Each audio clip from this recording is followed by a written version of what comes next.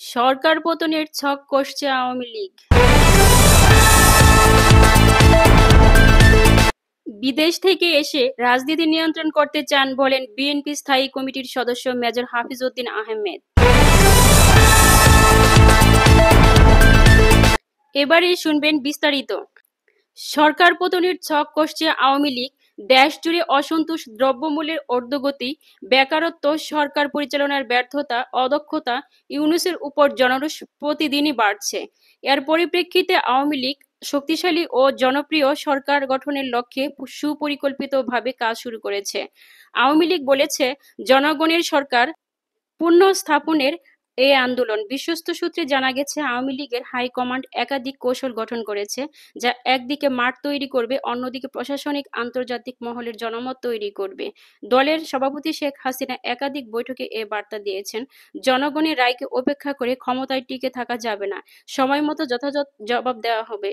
দলের সংগঠনের নেতারা নিজ নিজ এলাকায় তৃণমূল পর্যায়ে নিয়মিত বৈঠক হচ্ছে।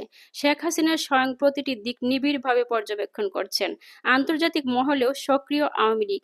আওয়ামী লীগের শীর্ষ পর্যায়ে নেতারা নিয়মিত বিভিন্ন দেশের দূতাবাস ও আন্তর্জাতিক মানবাধিকার সংগঠনের সঙ্গে যোগাযোগ রাখছেন। তারা বলেছেন, ইউনূস সরকারের অনিয়ম, দুর্নীতি, বুটবিহীন ক্ষমতায় আসা, দমন-পীড়ন নীতির চিত্র।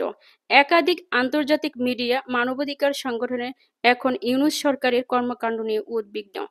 এই সুযোগ কাজে লাগিয়ে আওয়ামী লীগ আন্তর্জাতিক পরিমণ্ডলে গ্রহণযোগ্যতা বাড়াচ্ছে। একই সঙ্গে ইউনিয়ন, উপজেলায় দলে দলে জেলা পর্যায়ে জনসভার প্রস্তুতি নেওয়া হয়েছে। দলের অভ্যন্তরীণ সূত্র জানিয়েছে, সেপ্টেম্বরে বড় ধরনের আন্দোলনের ডাক আসতে পারে। যদি ইউনূস সরকার নিজে থেকে পদত্যাগ না করে, তবে আন্দোলনের মাধ্যমে পদত্যাগ করানো হবে। চূড়ান্ত সিদ্ধান্তের অপেক্ষায় দেশ। দেশের রাজনৈতিক ইতিহাসে প্রতিটি সরকারের পরিবর্তনের ক্ষেত্রে আওয়ামী লীগ গুরুত্বপূর্ণ ভূমিকা রেখেছে।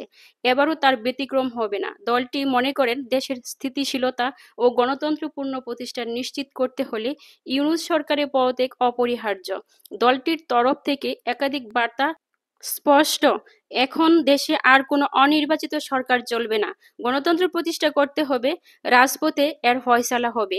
জনগণের সরকার প্রতিষ্ঠা করতে হবে।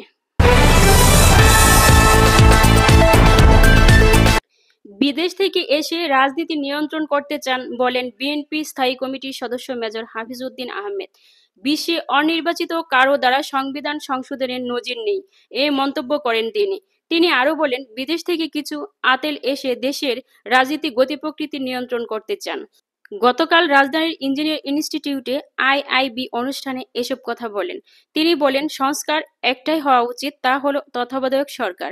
পিআর পদ্ধতিতে ভোটের জন্য কেউ জীবন দেয়নি। নির্বাচিত সরকার ছাড়া বিনিয়োগ আসবে না, আইনশৃঙ্খলার উন্নতি হবে না। অনুষ্ঠানে বিএনপির সিনিয়র নেতারা উপস্থিত ছিলেন।